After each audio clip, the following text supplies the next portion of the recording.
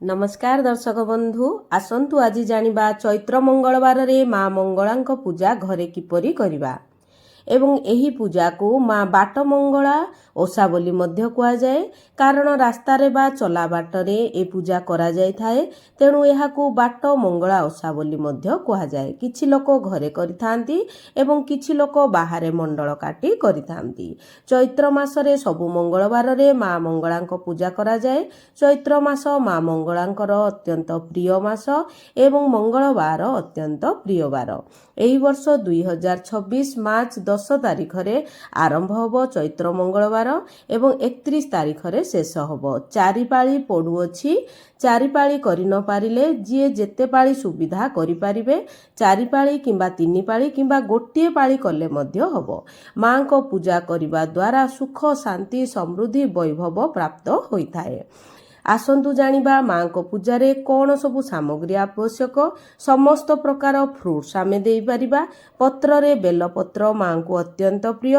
दुब एवं पान पत्र आंब डाल आमे जोगाड़ करी रखिबा एवं कलशर समस्त सामग्री को रखिबा एवं माँकर भोगरे जो जो सामग्री आवश्यक माँकर भोग पाई पणा अत्यंत प्रिय तेणु पणा जेमिति हेले माँ को अर्पण करा जाय थाए। तारे माँकर वस्त्र रक्षासूत्र पीढ़ा पाई वस्त्र चंदन सिंदूर हलदी अक्षत धूप दीप अतर एवं विभिन्न भोग सामग्री समस्त सामग्री को आमे गोटे जगार जदि रखिबा पूजा करिबा समय आमर ध्यान भंग होई न थाए एवं पूजारू बारंबार उठिबा को पड़ी न थाए। तेणु पूजार समस्त सामग्री रे माला माँ को अत्यंत प्रिय। आमे सबु प्रकार पुष्पमाळ अर्पण करि परिबा। मल्ली टगर कई पद्म नाली मंदार अत्यंत प्रिय माँ को एवं पद्म पुष्प अत्यंत प्रिय। एई दुईटी पुष्प आमे माँ को जेमिति हेले भी देबा। लाल मंदार सबुठु प्रिय किछि न फूल थिले भी गोटिए लाल मंदार रे भी माँ संतुष्ट होइथांती। आसंतु माँकर प्रिय पणा आमे केमिति प्रस्तुत करिबा। समस्त प्रकार फ्रुट्स नहीं जिबा किछि छेना क्षीर दही एवं फलमूल गोलमरीच अदा नड़िया श्रीकर्पूर एई सबू को आमे मिश्रण करिबा। तापरे जेतिकी निज इच्छा अनुसार आमे पानी दही किंबा क्षीर आमे दबा। एही पणा माँ को अत्यंत प्रिय।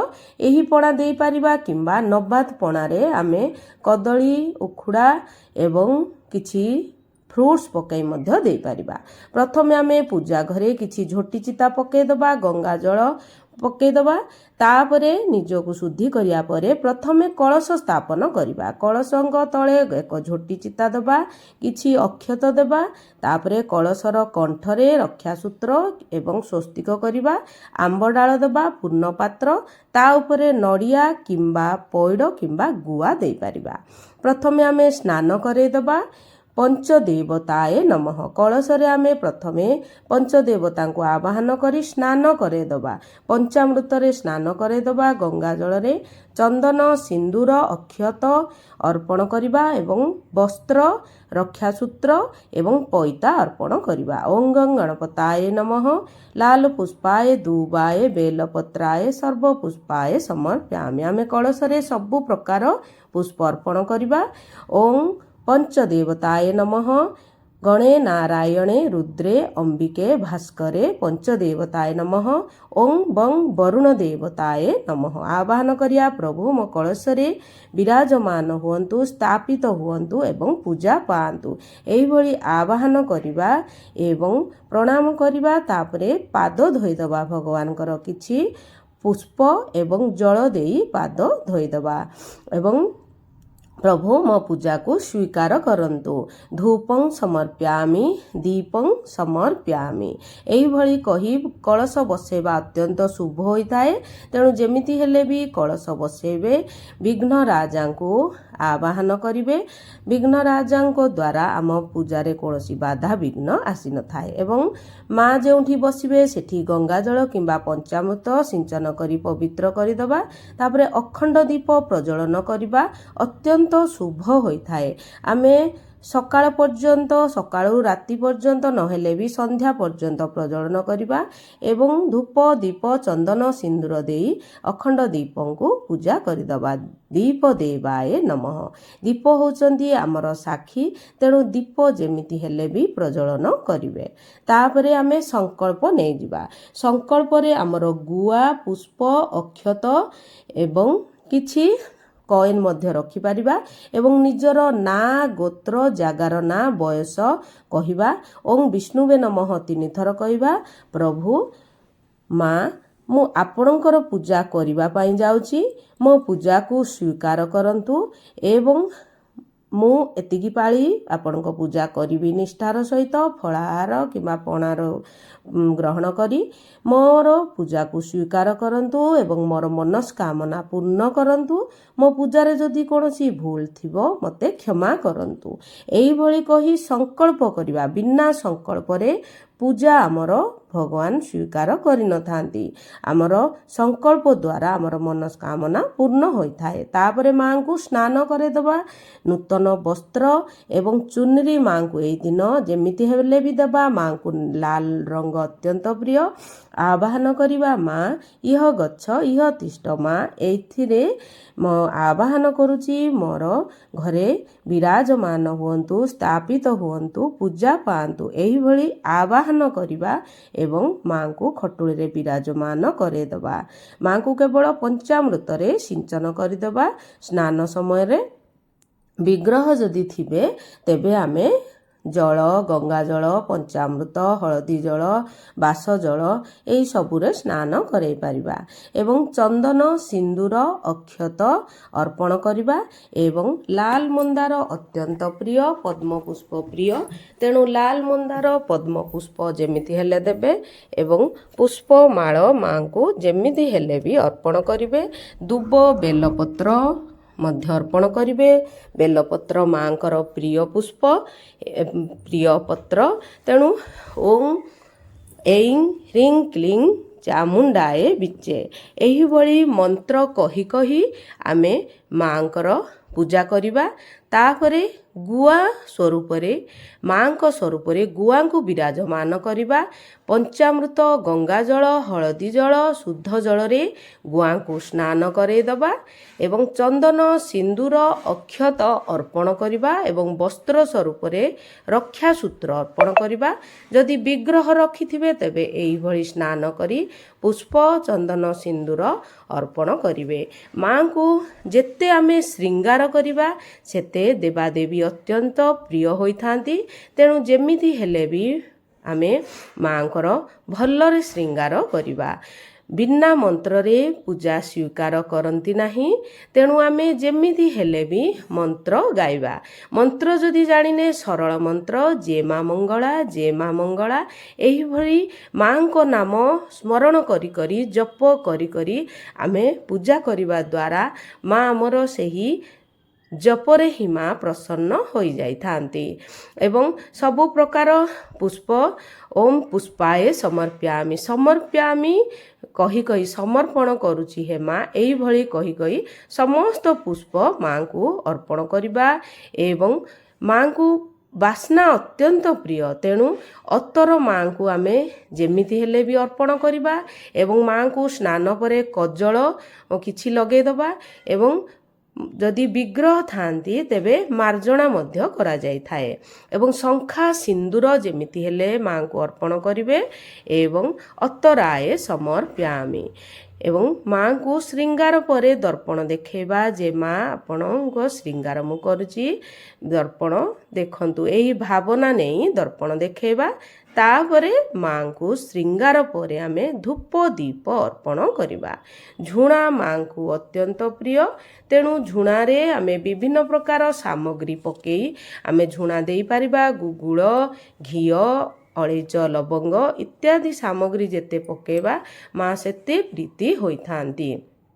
ଏବଂ ଧୂପଂ ସମର୍ପୟାମି, ଦୀପଂ ସମର୍ପୟାମି, ଯେ ମା ମଙ୍ଗଳା, ଏହିଭଳି କହି କହି ମାଙ୍କର ପୂଜା ଆମେ କରିବା।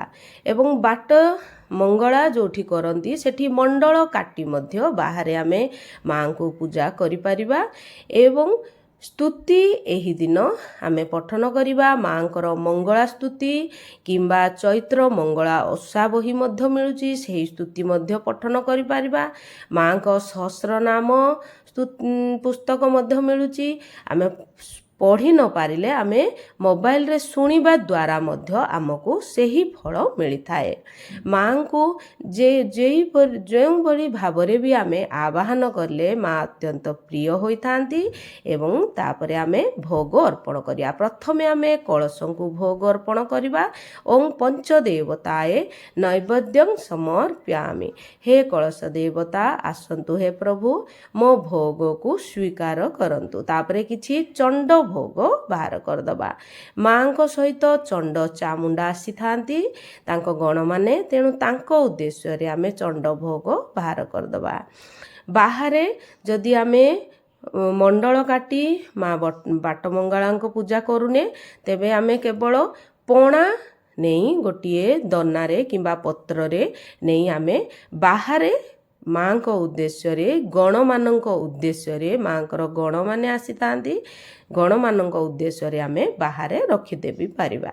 ଏବଂ ତୁମେବ ବସ୍ତୁ ଗୋବିନ୍ଦମ ତୁମେବ ସମର୍ପିତା। ଆସ ହେ ମା, ମୋର ଏହି ପଣାକୁ ସ୍ୱୀକାର କରନ୍ତୁ, ଅମୃତ ରୂପେ ସ୍ୱୀକାର କରନ୍ତୁ। ଏବଂ ଆଚମନ ପାଇଁ ଜଳ ଦେବା। ମା ମୋର ଏହି ଆଚମନ ଜଳ ସ୍ୱୀକାର କରନ୍ତୁ। ବେଲପତ୍ର ଭୋଗରେ ଆମେ ଦେଇପାରିବା। ଯଦି ବେଲପତ୍ର ନାହିଁ ତେବେ ଆମେ ପୁଷ୍ପ ଅର୍ପଣ କରିବା। ମାଙ୍କୁ ଆବାହନ କରି ଆଚମନ ଜଳ ଦେବା ଏବଂ ତାମ୍ବୁଳ ପାନ ଶେଷରେ ଅର୍ପଣ କରିବା। ପାନରେ ଅଳେଇଚ, ଲବଙ୍ଗ, ଗୁଡ଼, ଗୁଆ ଦେଇ ତାମ୍ବୁଳାଏ ସମର୍ପୟାମି। ମାଙ୍କୁ ପାନ ଅତ୍ୟନ୍ତ ପ୍ରିୟ, ତେଣୁ ଭୋଗ ଦେବା ପରେ ଆମେ ତାମ୍ବୁଳ ଦେବା। ଆମେ ଧନୁମୁଆ, ଲିଆମୁଆ ଦେଇପାରିବା, ପଣା ଦେଇପାରିବା, ଫ୍ରୁଟ୍ସ ଦେଇପାରିବା, ଡ୍ରାଏ ଫ୍ରୁଟ୍ସ ମଧ୍ୟ ଭୋଗରେ ଆମେ ଦେଇପାରିବା। ଭୋଗ ଦେବା ପରେ ଆମେ ଆଳତି କରିବା।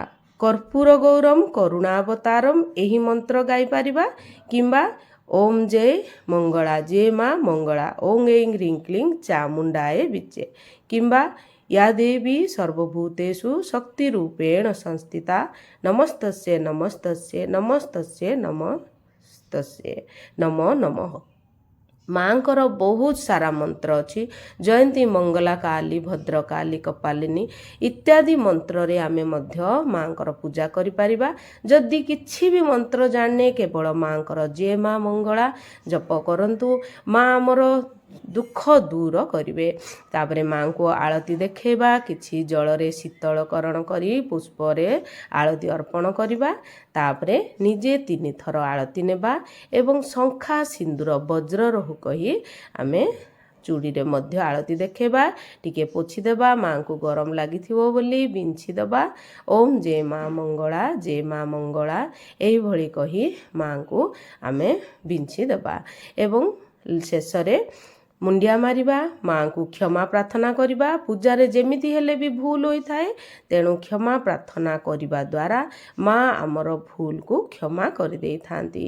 ମା ମୋ ପୂଜାରେ ଭୁଲ ହେଲା, ଯାହା ବି ମୋତେ କ୍ଷମା କରନ୍ତୁ, କ୍ଷମା କରନ୍ତୁ ଏହିଭଳି କହି ଆମେ ମାଙ୍କୁ କ୍ଷମା ପ୍ରାର୍ଥନା କରିବା ଦ୍ୱାରା ମା ଆମକୁ କ୍ଷମା କରିଥାନ୍ତି। ଶେଷରେ ଆମେ ଦକ୍ଷିଣା କିଛି ଦେବା।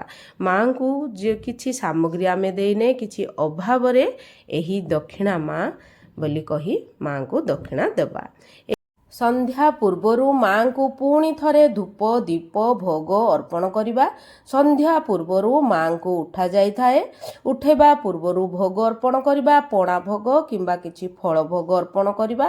ତାପରେ ନିଜର ଯାହା ମନସ୍କାମନା ଥିବ ମନସ୍କାମନା କହିବା ଏବଂ ଝୁଣାରେ ଆଳତି କରିବା। ଝୁଣା ଏବଂ ଆଳତି କର୍ପୂରରେ ଆଳତି କରିବା ଦ୍ୱାରା ଘରର ନକାରାତ୍ମକ ଶକ୍ତି ଦୂର ହୋଇଥାଏ। ଏବଂ ମାଙ୍କୁ ପ୍ରଣାମ କରି କିଛି ଚାଉଳ ପୁଷ୍ପ ଧରିବା ଏବଂ କହିବା, ମା ମୁଁ ଆଜିର ପୂଜା ଏତିକିରେ ରଖୁଛି। ମୁଁ ନିଷ୍ଠାର ସହିତ ଆପଣଙ୍କର ପୂଜା ମୁଁ କରିଛି। ଯେତିକି ମୋର ସକ୍ଷମ ସେ ଅନୁସାରେ ମୁଁ ଆପଣଙ୍କୁ ଅର୍ପଣ କରିଛି ସମସ୍ତ ସାମଗ୍ରୀ। ଯଦି ମୋ ପୂଜାରେ କୌଣସି ଭୁଲ ଥାଏ ମୋତେ କ୍ଷମା କରିବେ। ଏହିଭଳି କହି ସ୍ୱସ୍ଥାନେ ଗଛ 3 ଥର କହି ଆମେ ଖଟୁଳିକୁ ଏବଂ କଳସଙ୍କୁ ଘୁଞ୍ଚେଇ ଦେବା। ମା ସ୍ୱସ୍ଥାନେ ଗଛ, ନିଜ ସ୍ଥାନକୁ ଆସ ହେ ମା, ନିଜ ସ୍ଥାନକୁ ଆସ, ଯେଉଁଠି ଆପଣଙ୍କର ସ୍ଥାନ। ଯେତେବେଳେ ମୁଁ ଆଉ ଥରେ ପୂଜା କରିବି, ମୁଁ ଆପଣଙ୍କୁ ଆବାହନ କରିବି। ଆଜି ପାଇଁ ମୋ ପୂଜା ଏତିକିରେ ରଖୁଛି। ଏହିଭଳି କହି ମାଙ୍କର ଆଳତି କରିବା ଏବଂ ମଙ୍ଗଳବାର କୌଣସି ସାମଗ୍ରୀ ମାଙ୍କର ବିସର୍ଜନ କରାଯିବନି। ବୁଧବାର ଦିନ ସକାଳେ ମାଙ୍କର ସମସ୍ତ ସାମଗ୍ରୀ ଆମେ ବାହାର କରିଦେବା ଏବଂ ସକାଳେ ସମସ୍ତ ସାମଗ୍ରୀ ଆମେ ବିସର୍ଜନ କରିବା। ଆସନ୍ତୁ ଏବେ ଦେଖିବା ବୁଧବାର ସକାଳେ ଆମେ କ'ଣ କରିବା। ବୁଧବାର ସକାଳେ ପୁଣି ଥରେ ଗଙ୍ଗାଜଳ ସିଞ୍ଚନ କରି ମାଙ୍କର ସମସ୍ତ ରାତ୍ରିର ସାମଗ୍ରୀକୁ ଆମେ ବାହାର କରିଦେବା। ଧୂପ ଦୀପ ପ୍ରଜ୍ୱଳନ କରିବା। ତାପରେ ମାଙ୍କୁ କିଛି ସ୍ନାନ ନିମନ୍ତେ ଗଙ୍ଗାଜଳ ସିଞ୍ଚନ କରିଦେବା ଏବଂ ଏକ ବସ୍ତ୍ରରେ ମାଙ୍କୁ ପୋଛିଦେବା। ତାପରେ ଚନ୍ଦନ ସିନ୍ଦୁର ଅକ୍ଷତ ଅର୍ପଣ କରିବା। ମାଙ୍କୁ ସିନ୍ଦୁର ଅତ୍ୟନ୍ତ ପ୍ରିୟ, ତେଣୁ ଯେମିତି ହେଲେ ବି ସିନ୍ଦୁର ଏବଂ ଲାଲ ପୁଷ୍ପ ଅର୍ପଣ କରିବେ କିଛି। ତାପରେ ଭୋଗ ଅର୍ପଣ କରିବେ ଏବଂ ମାଙ୍କୁ ନିବେଦନ କରିବେ ଯେ ମା ଆପଣ ନିଜ ସ୍ଥାନକୁ ଆସନ୍ତୁ, ଯେଉଁଠି ଆପଣଙ୍କର ସ୍ଥାନ ଏହା କହି ମାଙ୍କର ଭୋଗ ଅର୍ପଣ କରିବା, ଧୂପ ଦୀପ ଆଳତି କରିବା। ତାପରେ ମା ଯେଉଁଠି ସବୁବେଳେ ପୂଜା ପାଆନ୍ତି ଘରେ, ଆମେ ସେହି ସ୍ଥାନରେ ଆଳତି କରିବା ପରେ ମାଙ୍କୁ ସେହି ସ୍ଥାନରେ ରଖିଦେବା ଏବଂ କଳସର ସମସ୍ତ ସାମଗ୍ରୀକୁ ଆମେ କଳସ ଭିତରେ ଥିବା ସାମଗ୍ରୀକୁ ଘରେ ରଖିବା। ଜଳକୁ ଆମେ ଘର ସାରା ସିଞ୍ଚନ କରିବା ଦ୍ୱାରା ଘରର ନକାରାତ୍ମକ ଶକ୍ତି ଦୂର ହୋଇଥାଏ, ବାସ୍ତୁ ଦୋଷ କଟିଥାଏ ଏବଂ ନଡ଼ିଆ, ପଇଡ଼, ଗୁଆ ଯାହା ବି ରଖିଛେ ତାକୁ ଜଳରେ ବିସର୍ଜନ କରିବା କିମ୍ବା ବଗିଚାରେ ଗାତ କରି ପୋତିଦେବା ଏବଂ ପକ୍ଷୀମାନଙ୍କୁ ଚାଉଳ ଦେଇଦେବା ଏବଂ ସମସ୍ତ ସାମଗ୍ରୀକୁ ଆମେ ଯତ୍ନର ସହିତ ଆମେ ବିସର୍ଜନ କରିବା। ଏଇଭଳି ମାଙ୍କର ପୂଜା ନିଷ୍ଠାର ସହିତ ଆମେ ଯଦି ଗୋଟିଏ ପାଳି ବି ହଉ ଯଦି କରୁଛେ, ମାଙ୍କ କୃପାରେ ଆମକୁ ସୁଖ, ଶାନ୍ତି, ସମୃଦ୍ଧି ପ୍ରାପ୍ତ ହୋଇଥାଏ ଏବଂ ଆମକୁ ଶେଷରେ ବୈକୁଣ୍ଠ ପ୍ରାପ୍ତ ହୋଇଥାଏ। ମା ହେଉଛନ୍ତି କରୁଣାମୟୀ ଜଗତ ଜନନୀ ମା। ମାଙ୍କର କୃପା ସବୁବେଳେ ଆମ ଉପରେ ରହିଥାଉ। ଯଦି ମୋ ଭିଡ଼ିଓଟି ଭଲ ଲାଗିଥାଏ ତାହେଲେ ନିଶ୍ଚୟ ଲାଇକ୍, ସେୟାର ଏବଂ ସବସ୍କ୍ରାଇବ୍ କରିଦେବେ।